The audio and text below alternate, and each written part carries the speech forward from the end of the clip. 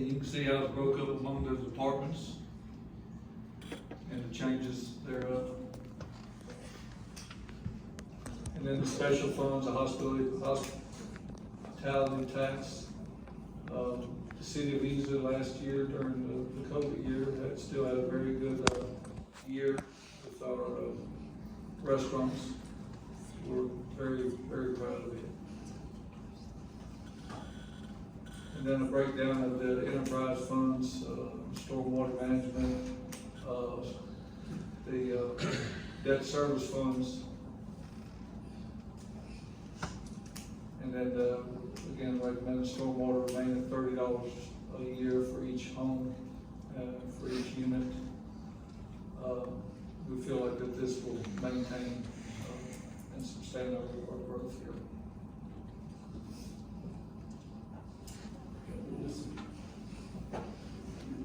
Any questions?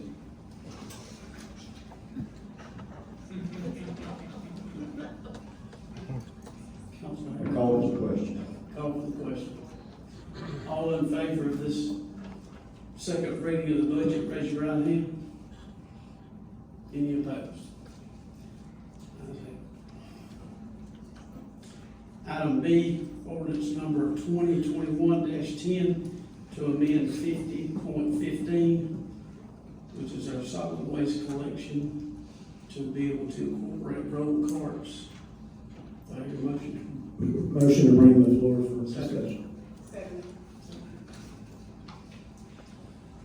Mindy, for the roll carts, in front of you is the what took place on April 12th. Council approved first reading of the budget amendment for the roll carts.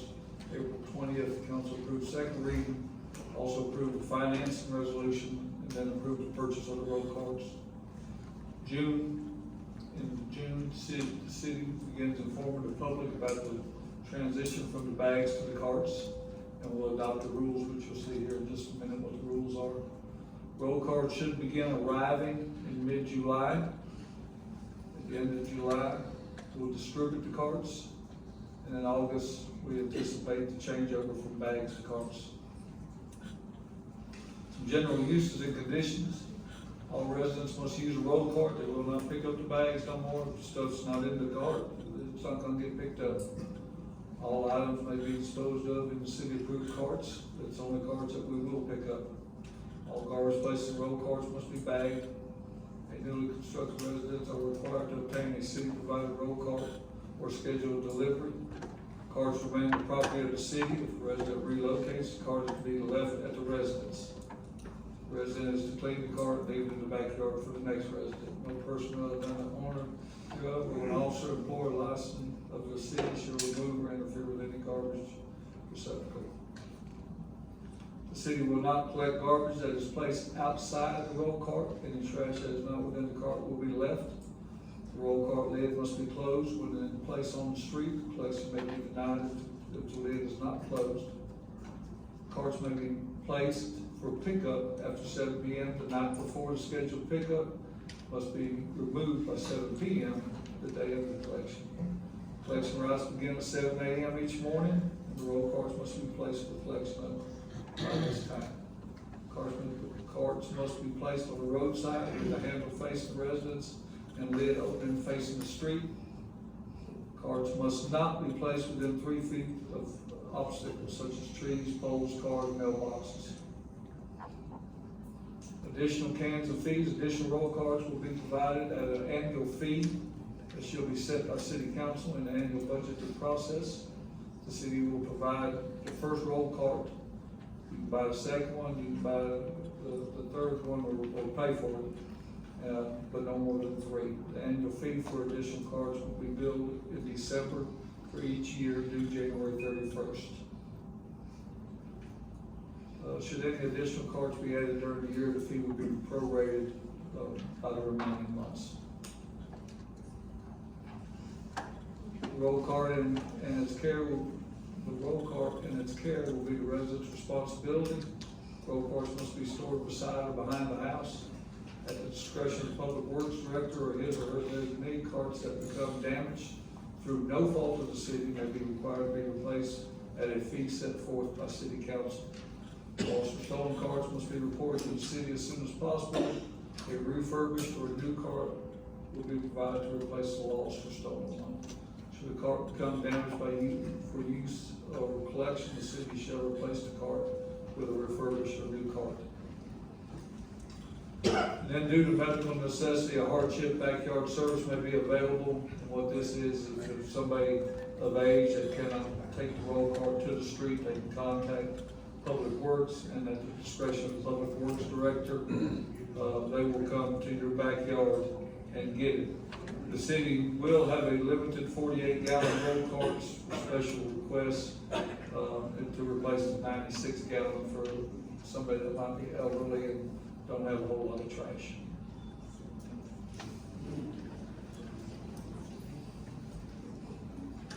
Mayor, I believe this is a worthy project. I brought this up 10 or 12 years ago, believe it or not, and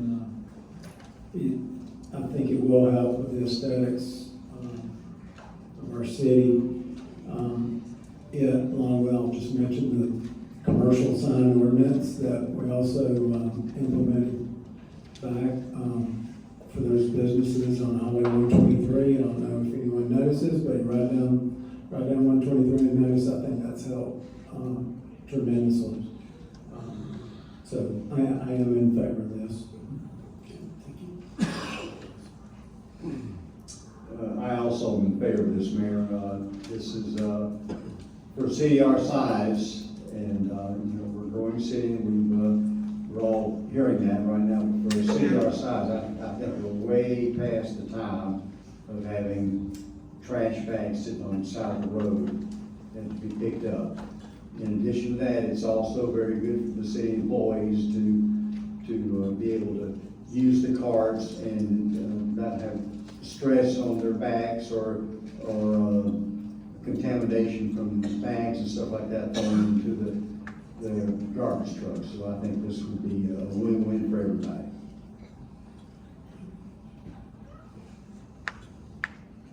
I too definitely support this work. I want to see it happen. The carts will be available at the end of, we hope, July. They come in. Each cart will be assigned to an individual home. We will know where they are. They will have a chip inside of them so that if they get lost, strayed, or stolen, we will be able to bring them back or find who's got them. Also, if something noxious should be put into one, we know to whom that noxious infill amount belongs. So, we have troubles in our neighborhood because the county line is on the back of our neighborhood.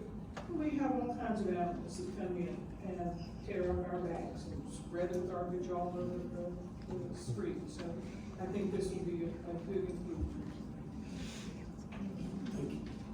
I also in favor of this. It's gonna be so nice to pick your trash up one time, put it in the bag, instead of putting it out, picking it up 2 more times, then pick it up again after the trash man leaves. That's gonna be a relief. I'm much in favor of it.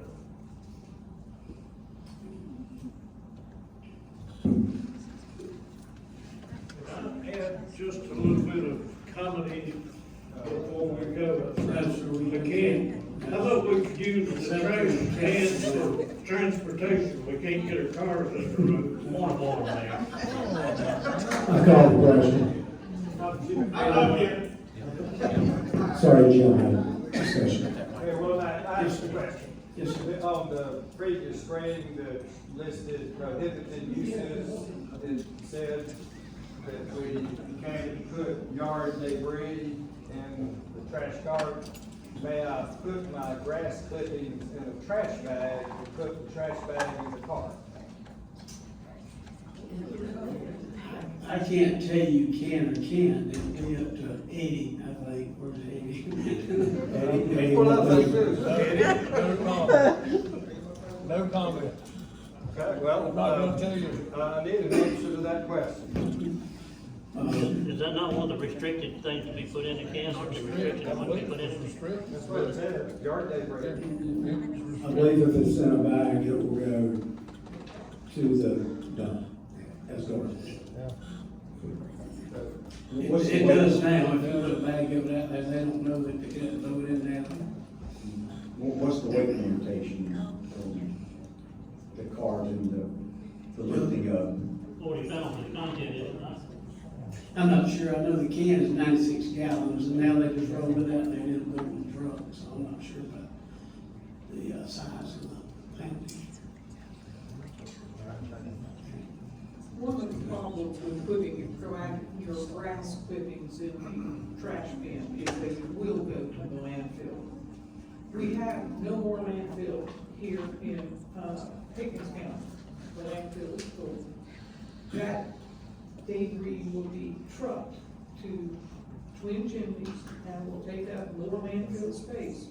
Replacing landfill space is very expensive, so it defeats the purpose. That's all I'd like to say. I'll call for the question. Call for the question. All in favor of this ordinance, raise your right hand. Anybody opposed? Right. Ordinance number 2021-11, authorizing the extension of lease at 103 Esther Drive. I hear a motion. Motion brings it to the table. All right, right now, the city of Easley owns a house on Esther Drive, which backs up to the new fire station we purchased, and we are currently leasing it. The current lease expires June 30th. It is currently rented. We'd like to offer the renter the opportunity to continue renting. Recommend to extend until December 31st, 2021. At that time, the fire station should be done, and that way the mayor and city council can determine then exactly what to do with the house. Any questions? Call for the question. Call for the question. All in favor of this ordinance, raise your right hand. Any opposed?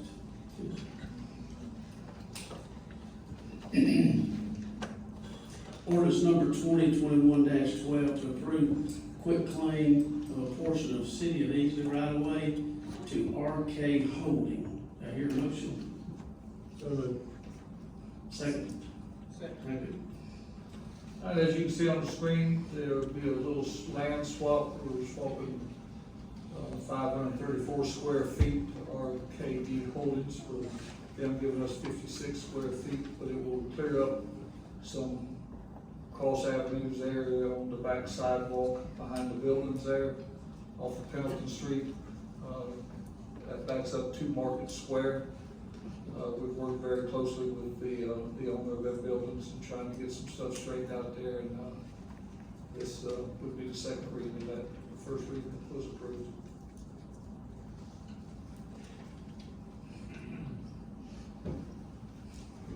Any I questions? have no opposition, I call the question. Call for the question. All in favor of this ordinance, raise your right hand. Any opposed? Ayes carried. Item 10, new business. This is first reading of ordinances. Ordinance number 2021-13. And this is adopting an impact fee on any new construction. Do I hear a motion? So moved. Second. And I will turn it over to Tom. So we start this is the impact fee on new growth. This would just be on new, from footings up of houses, apartments, commercial buildings, what have you. We hear the citizens loud and clear about work needs to be done. Of course, it's always about the money.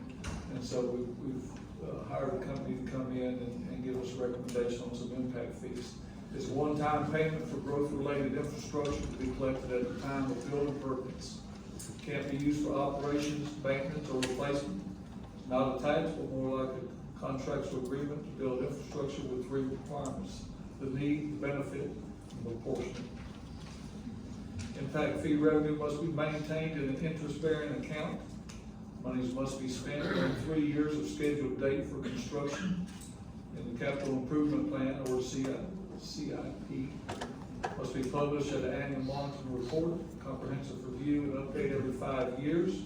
A maximum allowable fee charge changes require an update study. Requires an analyst that estimate the effect of imposing update impact fees on affordable housing in the city. Residential populations, it talks about that in the years 1 through 3, the current short time, years 4 through 10, and then the master, Easley East Master Plan be built out by 2029. The single family would be $3,340. Multifamily would be $2,193. Retail would be $2,278. Office would be $799. Industrial would be $407. And institutional $879. This is per 1,000 square foot on the commercial side.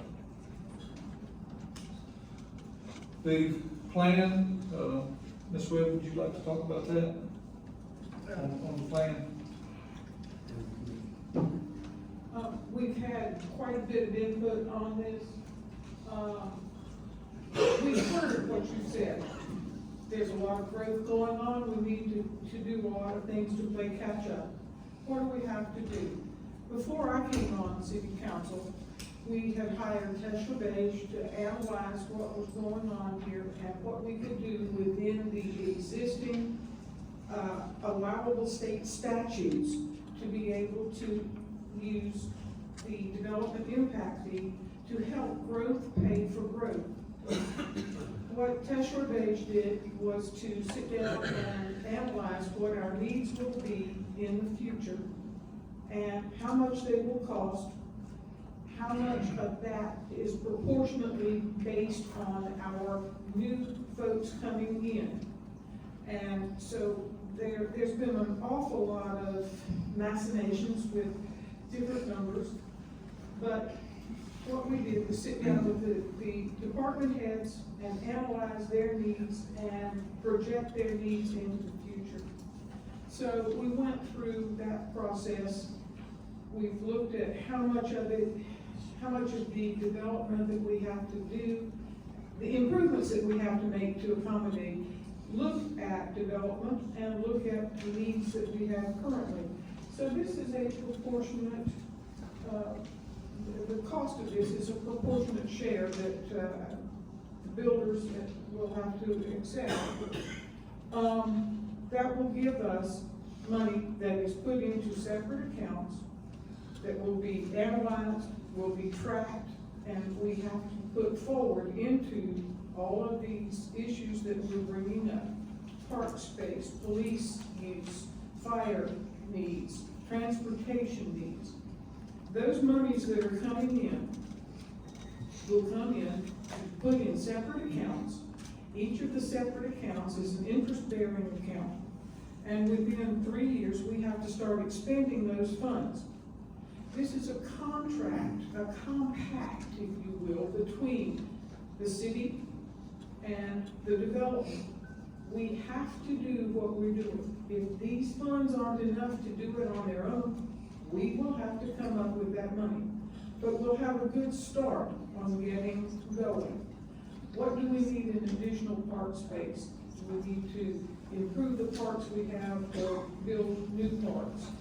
With all the development that we're seeing and the northeast, the east Easley plant, we're going to see more development on the east side and the north side. We're going to need a satellite police station out there. We're going to need to see fire being brought out there to keep our response times as they should be. To brag on us, we've got fire rating, ISO rating of 2, which is absolutely wonderful. And we want to be able to maintain that for everybody that's coming in. Again, the state of South Carolina gives us the ability to do this, but it is within highly restricted means. And we will have to look at this every year, make sure that the audit comes through. We have to look at it at the end of 3 years. We have to begin this work within 3 years of taking the money in. And it runs the risk of slowing development. Developers don't want to have to pay these additional costs. It runs that risk. But it also provides the ability for new growth to pay for the growth itself. We're constrained on a lot of our roads, as everybody's mentioned, state highways. We can't improve them, but we could partner. We can start doing some studying. And we will be looking at those intersection improvements, those road improvements. This is not going to pay for paving our existing roads. This is going to improve our bottlenecks. First you have to identify them, then you have to study them, and then you have to look for a solution. So what we're trying to do with all of this is look at a way to have the growth that's happening pay for itself.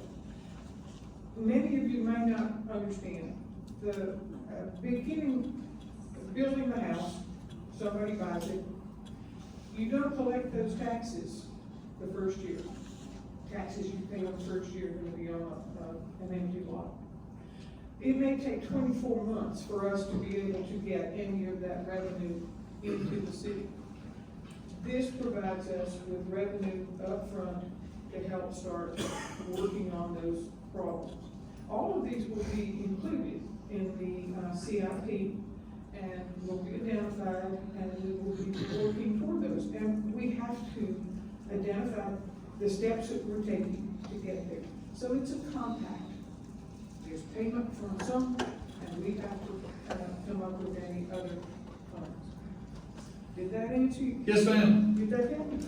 And as you can see on the screen, Easley's not the first one to do this.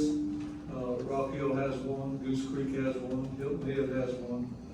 York County Schools has a big one. Langston, Horry County, Dorchester, Beaufort. Conway's in discussions now with the same company that we dealt with, Lancaster, Georgetown. The way it's split up on projects is parks, police, fire, transportation, meaning roads. As you can see, the 5-year CIP for Parks and Rec is $4,600,000. City of Easley had to put in $3,700,000. And no, excuse me, the cost of the projects is $4,600,000. The impact fee will bring in $3,700,000, which leaves us $848,000 of existing taxpayer expense. And you can see right down the line of the projects, what the impact fee is hoping to raise, and then what we will have to put into it. Okay? I asked this at the workshop, but out of that that 4.9 million that we are required to come up with, there's a possibility that could be bonded, but our hope would be that we would not have to do that. We'd be able to locate those funds over the next 3 to 4 years. Also, I think it'll be helpful, next month, our interim city administrator will hopefully be present and can maybe speak on this. He has experience. He was at Goose Creek when they started their impact fee as well. So I do look forward to his input on that as well. Mr. Garrison, the bonding can be done though. I talked to Yes. bonding can be done. You could. When will this go into effect? This will go into effect as it's written right now, January 1 of next year. So anything not built or anything new that comes into a permit, I'm sorry, comes for a permit after January 1, they will get the permit, the business license, and pay the impact fee. In January of 2023, We're going to start in 22 with 50%. of the impact fee, so that those projects that are already underway will be impacted as minimally as possible. So everybody who's developing knows it may be coming. So we'll start with a 50% of the fee being collected for the first of next year. The following January, the first, we will do 75% of the fee, and then the third year, it will be the full fee. That is correct. And that is to work with the development community so that they know what is happening to them and they have the ability to absorb that within the prices that they are going to establish for their developments.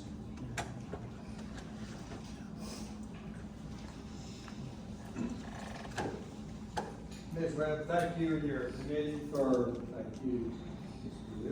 all of your hard work on this. I know that y'all have worked long and hard on it. Before we vote on this for a second reading, I'd like to see a breakdown of how that number was calculated, please. Yes, sir, and we plan to have a public hearing on it as well. And we've got a couple more meetings that we want to get through with the Home Builders Association and the Real.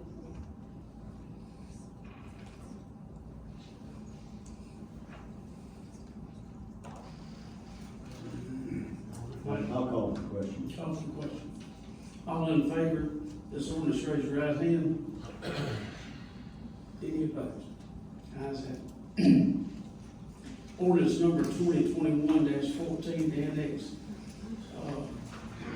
totaling 18.7 plus or minus acres on Couch Lane and providing zoning designation of FRD. I hear a motion. Mayor Womack, Yes, sir. on April 20th, 2021, the Easley City Council met in executive session to consider the following item on the agenda: to receive and discuss legal advice related to annexation and rezoning. Because of issues raised and matters discussed in the executive session, I have a possible conflict of interest in voting on this agenda item. To avoid even the appearance of impropriety, I will recuse myself from voting on it. Thank you. Thank you. You have that 2 minutes.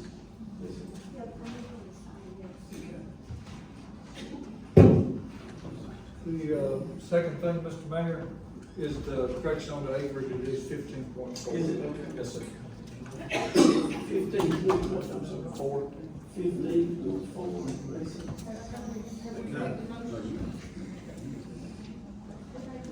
We have, I'll make a motion to bring it before for discussion. you got a second? Second.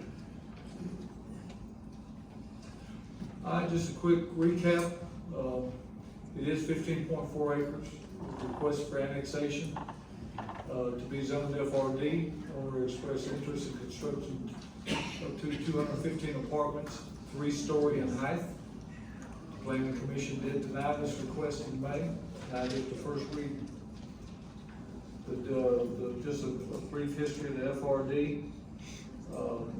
What they proposed and what they submit to us is what they have to build. I know that was one of the questions that came up a while ago.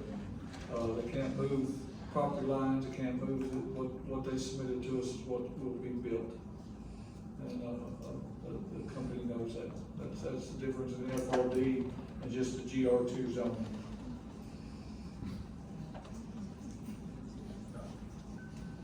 I'll be glad to answer any questions. Thanks, Tommy. So obviously, most of you probably know I have a vested interest in this ordinance for several reasons, not only as a city councilman, but as a neighbor. Lisa, I live on the street, just down the road. Our road butts up to the road on this piece of property currently. And, so, look, I hear everybody here. I get it. I've had my serious doubts as well, and honestly still do. Like Mr. Robinson usually says, I will probably vote for this. I will vote for this tonight, and then see how it goes prior to second reading. I do want to, and I'll jump around some here, and I apologize for that. But, I'll try to hit a few, maybe even some of the questions you guys asked. But before I even get into that, the talk of a moratorium is, I texted our city attorney who couldn't be here today, so, and Mr. Faulkner's correct. Even if we passed one tonight, it would not affect this reading. You do have to have, specific findings, a specific purpose, and a duration. And you also have to have, public notice on the moratorium. With that being said, I certainly am willing to have a discussion with the rest of council if they feel or see the need to do that. I don't think it'd be maybe a bad idea. That doesn't mean we have to implement one, but going forth, maybe, I don't see any harm in discussing them. Also think we're taking steps, as you can see, with the impact fee to try to address some of these issues going forward. Also, the comprehensive plan, that was mentioned a lot earlier. As you know, we are underway with that. Hopefully, we'll be having some specific ward meetings for residents to come to for input. That's important, and I like that idea as well. Mrs. McAdams, I appreciate you bringing that information tonight on the county. I have the developmental standards here in front of me. Take note that the county does not have any ordinances. It's a developmental standard. It's how they go about it. You are correct on multifamily residential developments. Let me back up. Prior to going through a few of these things, I've spoken to our county council chairman, who's also our representative from Easley, and had a nice conversation with him. He basically said right up front that it's not an ordinance, it's a developmental standard. We too have a zoning committee, and you know, if it were to go into the county, they would hear this. It does not go to council, it goes, or at least initially, okay? He also said that really our only restriction is height.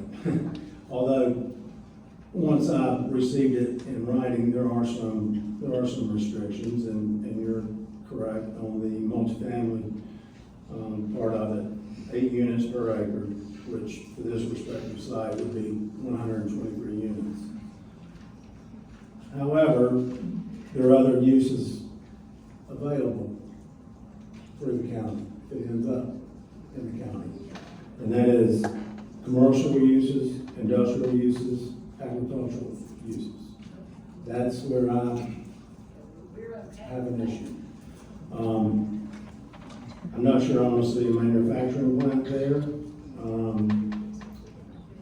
Agricultural could be scary, as far as what could eventually end up there. So I am, please. But I did want to mention that, and that is, I'm certainly available for you guys to reach out and get a copy of that. Also, I'm speaking with Mr. Werner. I will say I have had 3 businessmen in the city, totally unrelated to real estate, reach out to me as a character reference. I believe that, along with the FRD, I do feel comfortable that those 2 things, what he's going to build is going to be built. As Tommy said, several people have said Mr. Warner's done everything he said he would do. There was outcry over 4 stories. He came back with 3 stories. The buffer, that Lisa spoke of, the buffer and setback. He's increased those all around the property, which is important to me, as well as you can tell by Mrs. Ledbetter's letter, it was to her too. And then agreeing to a 100-year stormwater retention line is important. Is it going to increase traffic? Yes, it is. But the fact of the matter is, this property is going to be developed one way or the other. Whether we build it in the city or whether it goes to the county, something's going to be built there. At this point, I feel more comfortable having some control over it than not. And for that reason, again, at least on first reading, I will vote in the affirmative tonight. Again, I may think of something else here that I left out, probably will, but,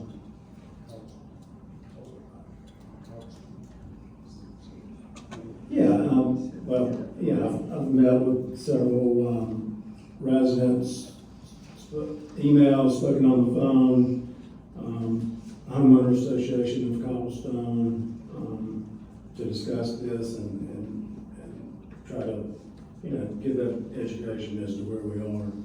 Speaking of roads, Kevin is right. The SCDOT's current operational procedures for road improvements are to address roads when they're overwhelmed, when they're at or above capacity. That's their operational procedure right now. I'll give you an example, the new Easley High School.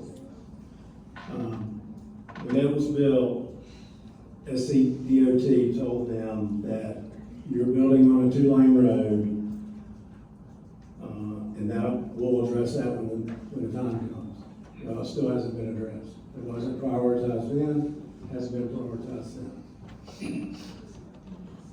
That's disappointing. But again, going back to the impact fee, hopefully we can make some inroads to improving some of our intersections at least, and some of our corridors as well. Right now, that's all I have. You guys have any other discussion? I'll probably come back. So you covered it very well, Mr. Harrison. At the very, very beginning, I was not in favor of it.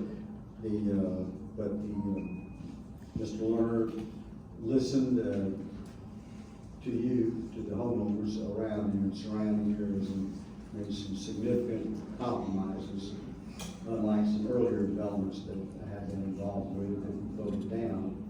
But he listened and made some changes, and I think the current one is the best we can do under the circumstances today.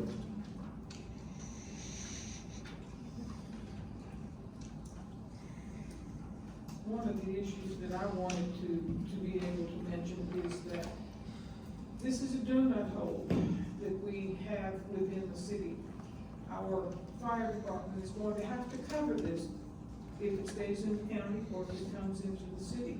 So we're already going to be providing the fire protection. We will provide it under a contract agreement with the county if it stays in the county. But if it is within the city, it is going to be to the advantage of the owners, the residents who live there, as well as to our fire department and the response times. The same with the response times for any kind of police activity that we need. So we will be able to respond a whole lot easier than anybody coming from the county. The detention pond going to 100-year capacity is to be a wonderful thing to protect all of the downstream homeowners, and that is absolutely a blessing in this. Yeah, I'll touch on that too. I failed to mention that. I'm sorry. I did say, look, that property's going to be developed. We know that. It's either going to be developed in the city or it's going to be developed in the county. And I have a hard time, I would have a hard time looking myself in the mirror to let a piece of property 15 acres large, right in the middle of the city limits, stay in the county for perpetuity. That's a tough one to swallow, knowing our police, our fire would still show up.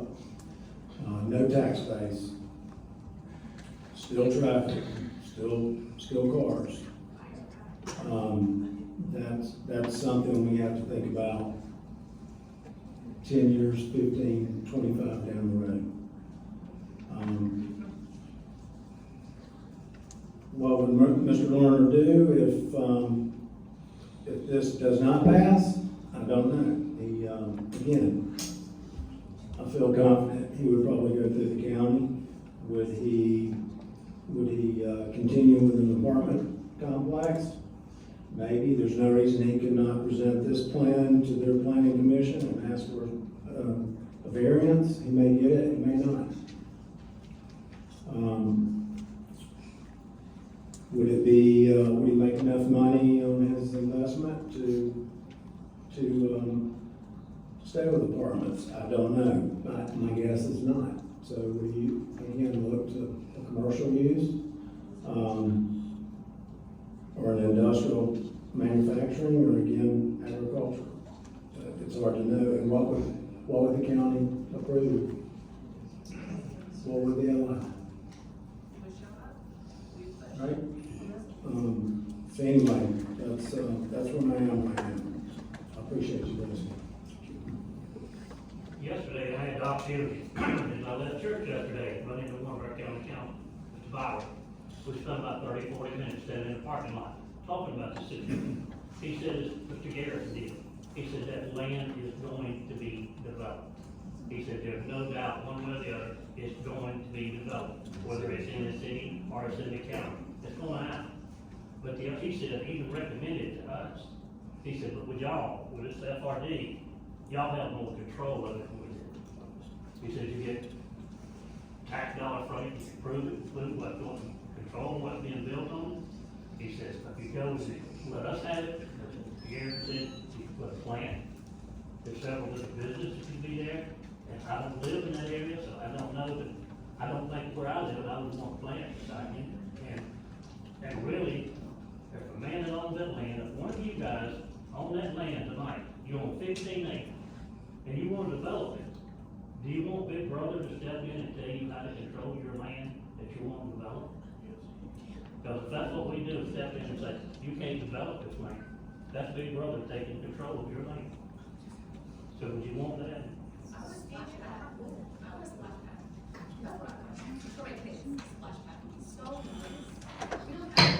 Ma'am,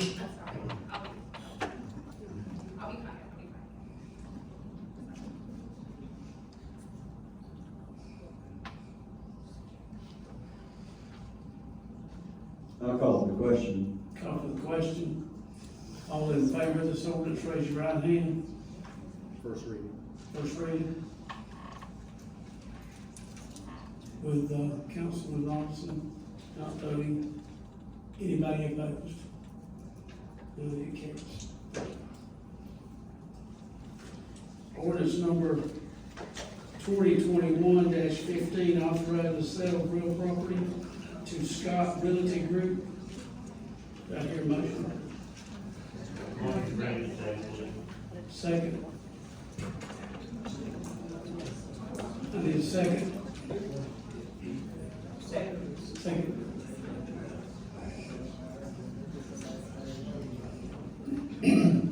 I would like for the mayor and council to go back and look at this, from Scott Realty Group, and talk about how we could do it to, actually award it to, Pastor Sutton and Divine Purpose Church. So I would like for it to be a hot table for now, and go back and revisit and come back on next council meeting for the first reading.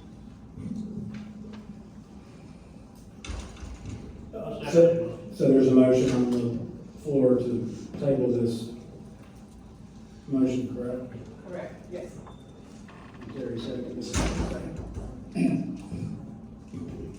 What is, if we table it,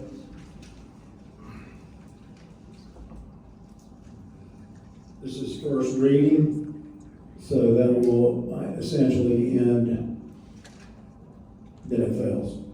It fails. A table is just for informational purposes. We table, then the ordinance is denied. Just so we're all clear. Or we can vote against it, either one.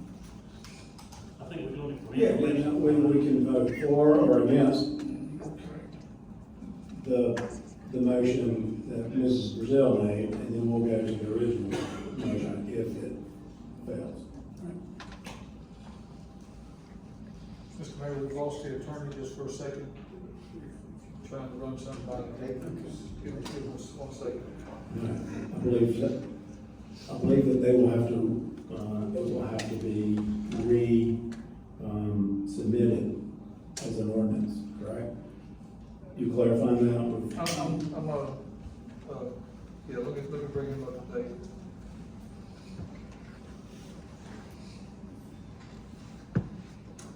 But your point is to allow Mr. Sutton, gather more, The property. yeah, to gather more information on Yes. that and his request. Yes, what happened was Mr. Sutton didn't have the opportunity, didn't have the time to get his paperwork in to be on the agenda.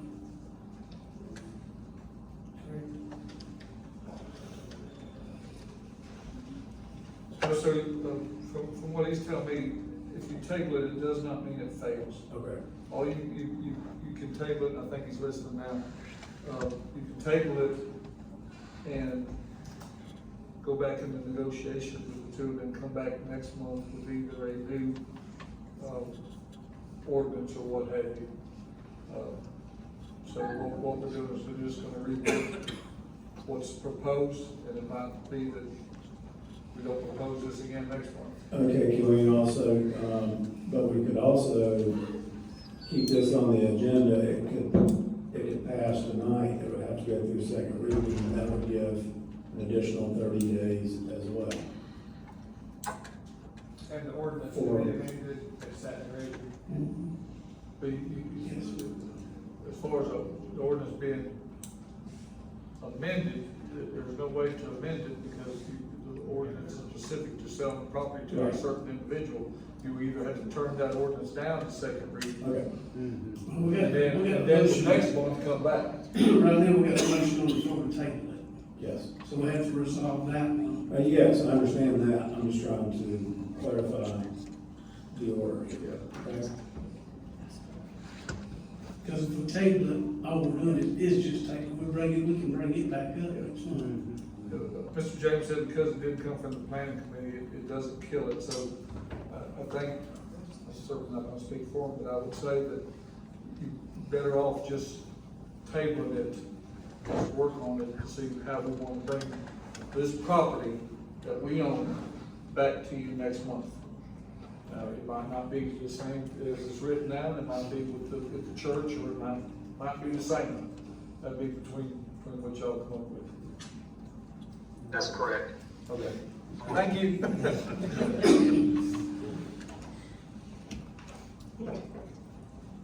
I'll call the question. Okay, call for the question, and what the question is tabling this for 1 month, correct? Okay. Okay, does everybody understand So that? it goes We're all back on the into same- discussion for mayor and council. Beg your pardon, I'm sorry. It goes back into discussion for mayor and council to consider. That's correct. The other request. Okay, all right, we have a motion for that in a second, and we have a call for the question. All in favor of tabling, raise your right hand. Anybody? Mr. James, do we have to address the original ordinance now, once we tabled it? We should not, like that did it. You've addressed it by tabling Yes. it.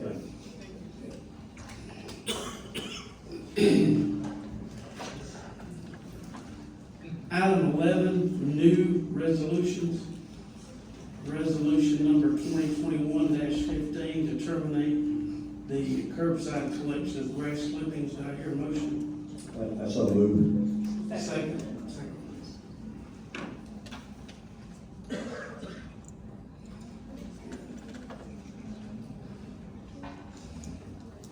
Okay, I can, yeah, there, I can discuss a little bit. This is a recommendation from the, Public Works Committee, of which, Mr. Garrison, Ms. Whip, and myself are the city council people on the committee, along with, Public Works Chairman Portman.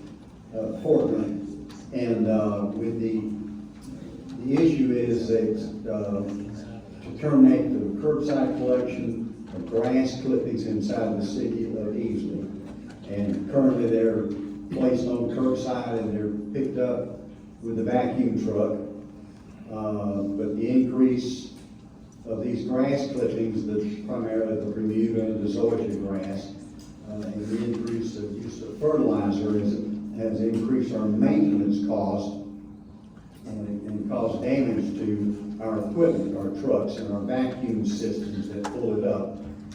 And pull it up and through the filters and the seals on the vacuum trucks, actually collapsing the filters. They have to be replaced every 7 or 10 days, causing the trucks also to overheat.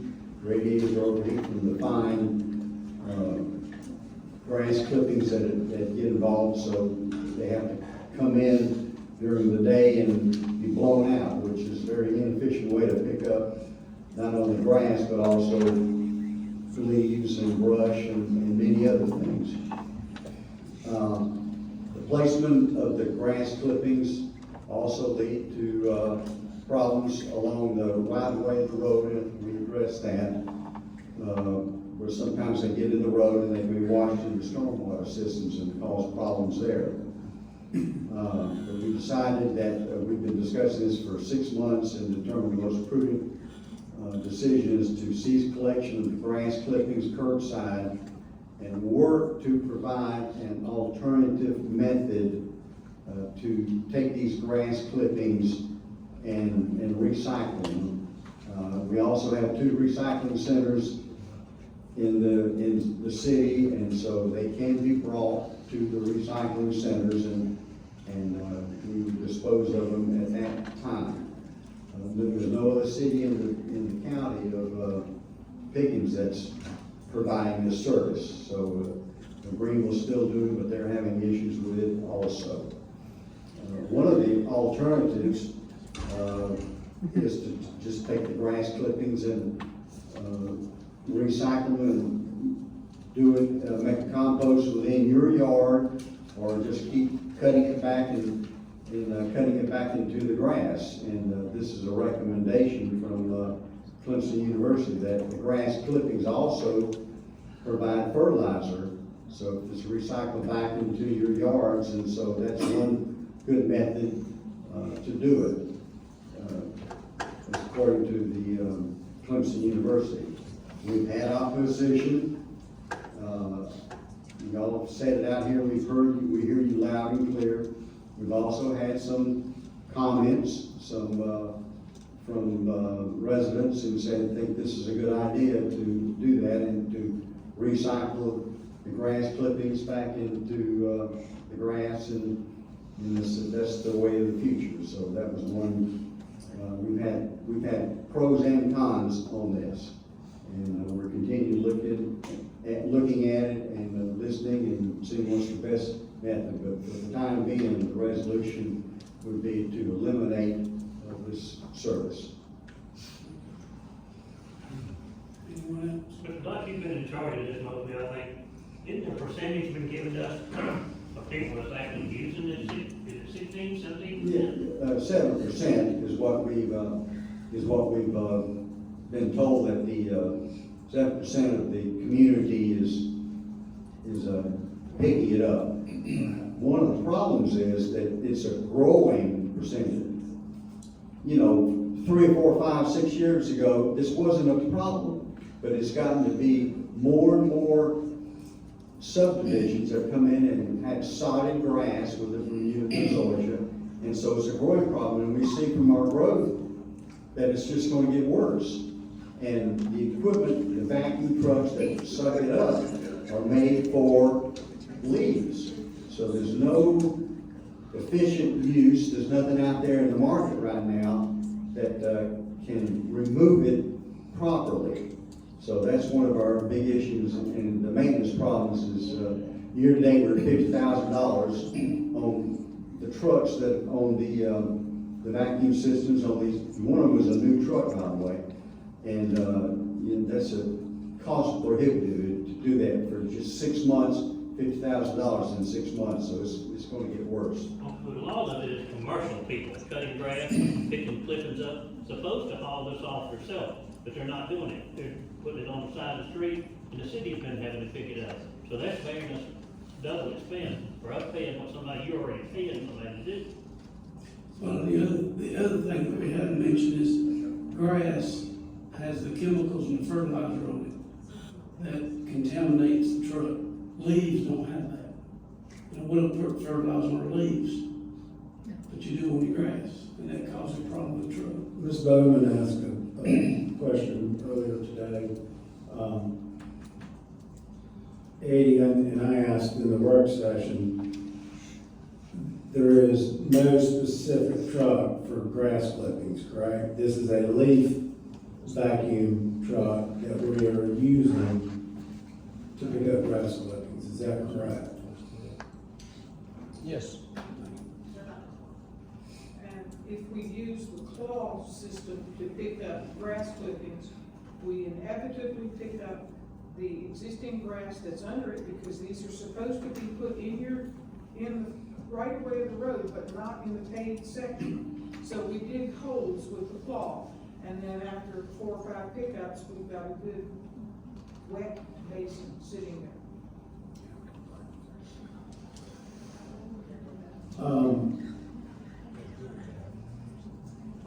Personally, I don't like the idea of this. I was on the committee, yes, but personally, I like to have my clippings picked up. I've done it for years. I will do what I have to do to dispose of them. However, as I said in the workshop, I was under the impression, and maybe I got the wrong impression, that the options, the alternative options, would be at least in concrete or presented prior to the resolution coming before us. So it would be my preference, and I encourage the rest of council, it would be my preference to vote on this resolution once those other alternative options are definitive and that we can see to help preserve this service for those that do use it. That's my thought. I agree with Mr. Garrison on that point. Mr. Dykes, appreciate the long, hard work that your committee has done on this issue. I know that y'all have worked long and hard on it. And I recognize the problem that this presents to the city. And I don't have a solution to that problem myself at this moment. It concerns me that we're terminating services that the city has been providing for however many years.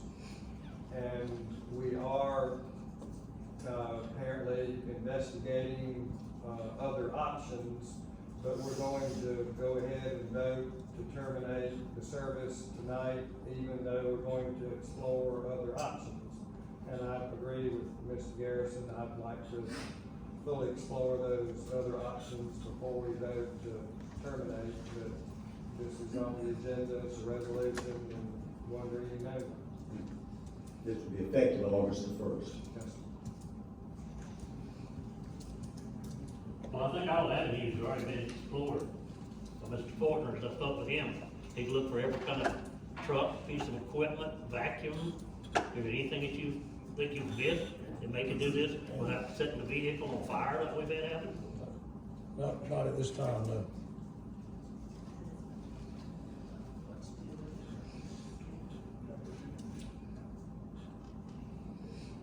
It's up to y'all. I mean, this is another problem that, and I know probably we haven't listened to them, or maybe I just wasn't here. But Public Works has been talking about this for 2 years. Is that not right, Ken? And if we hadn't explored and found anything in 2 years, I don't know if we'll find anything next year. I don't know. You know, people fuss about recycling, but yet they won't recycle their grass clippings. Now tell me why. I don't know why. It seems to me that if, in the future, we're able to come up with an effective means of, collecting these grass clippings, we can reintroduce this. I don't think it's dead, but I think that right now, until something comes on the market that is affordable and effective, we need to put a pause on it. It is our financial responsibility to the people of the city. Only about 8% of the people here are using this service. And to put that much money into something that serves only 8% of the people just seems to me to be unfair. Well, recycling, we have a couple of places they can take it and put this in, not only with the grass, I mean, other things you want to recycle, aluminum, whatever it may be, don't throw it in the trash can just because we're not able. The reason we can't recycle is because we can't get people to take it. We can't get rid of it, landfill I full. think recycle, but my question is that how are we going to be, how Can't I think, do that. We can't be talking. We well, gotta keep when it he's in looking here. at me and This is having a us. conversation, then I'm gonna respond. Statement I was making, we got 2 places that you can take grass and we'll recycle it for you. You don't have no expense that they're taking it. That's what I'm saying, President. We're offering We're places. offering help, but we're doing all we can do. We have nothing else our hands are tied, there's no other recipient.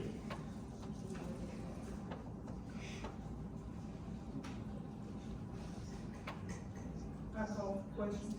Call for the question. All in favor of this ordinance, raise your right hand. Excuse me, resolution. Raise your right hand. I'm sorry. I'm sorry.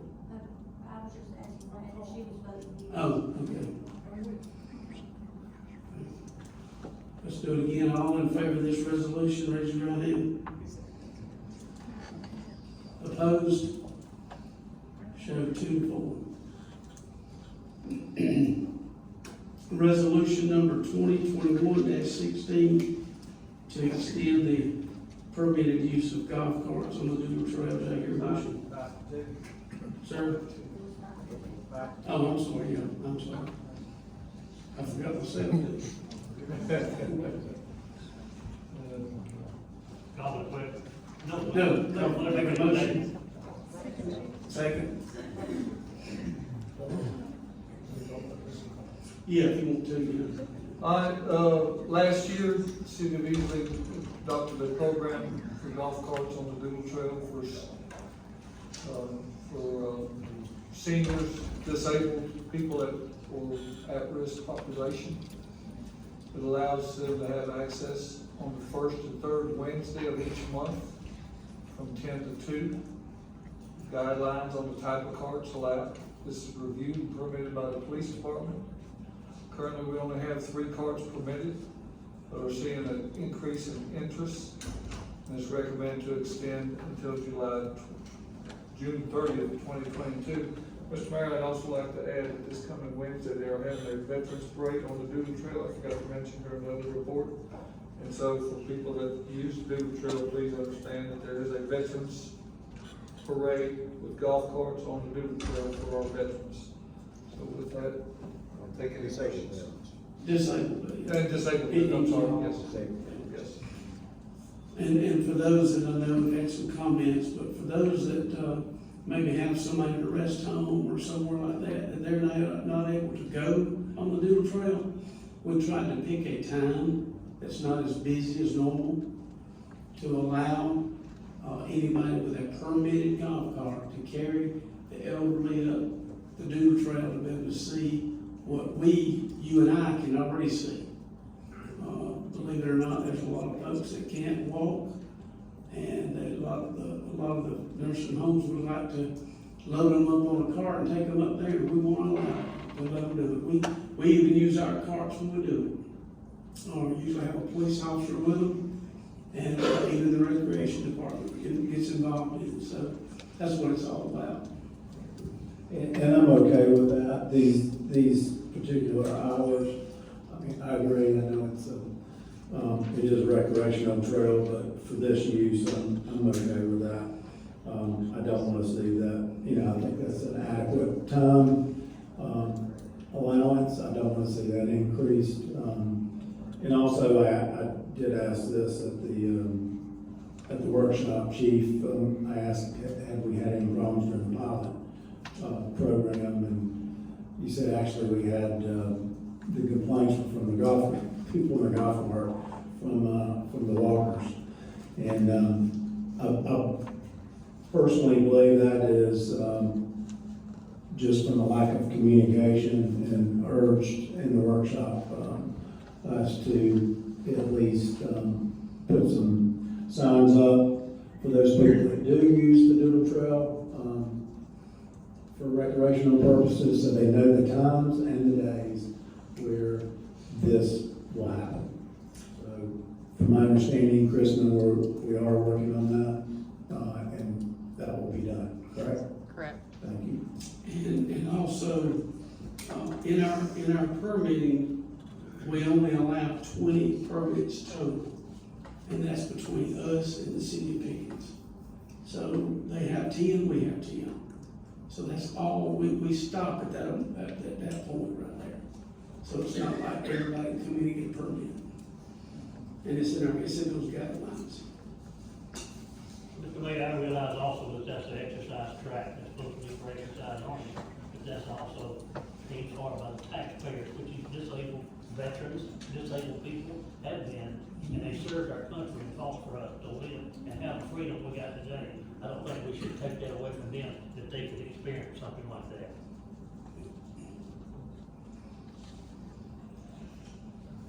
Call for the question. Got a call for the question. All in favor, raise your right hand. Any opposed? No opposed, don't carry. Resolution number 2021-17 to authorize the negotiation and, excuse me, the delivery and lease for equipment for the recreation department. Have a motion? Motion to bring to the floor for discussion. Second. What you have here, Mayor and Council, is a lease program that, the equipment is coming up on the expiration of the lease.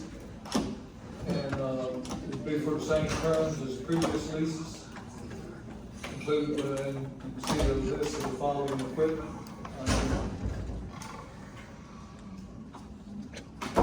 There's some pictures of it. And if you have any questions, we have Kristen here tonight that can answer. We've had this program in place for